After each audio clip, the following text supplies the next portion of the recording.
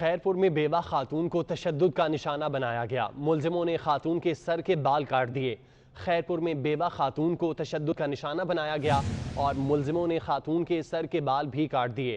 खैरपुर से आपको अपडेट कर रहे हैं, जहां पर बेवा खातून को तशद्दुद का निशाना बनाया गया और मुलजिमों ने खातून के सर के बाल भी काट दिए। खैरपुर में आपको बता रहे हैं, बेवा खातून को तशद्दुद का निशाना बनाया गया। वकार हुसैन मंगी से तफसीलात जानते हैं। जी वकार, बताइएगा।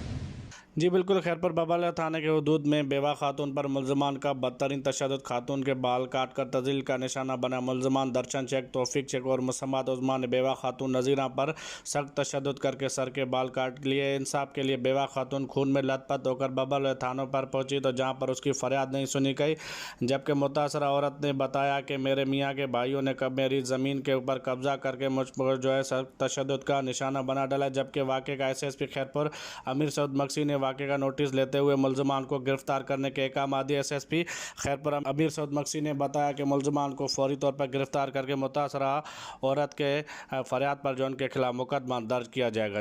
वकार, बहुत शुक्रिया आपका।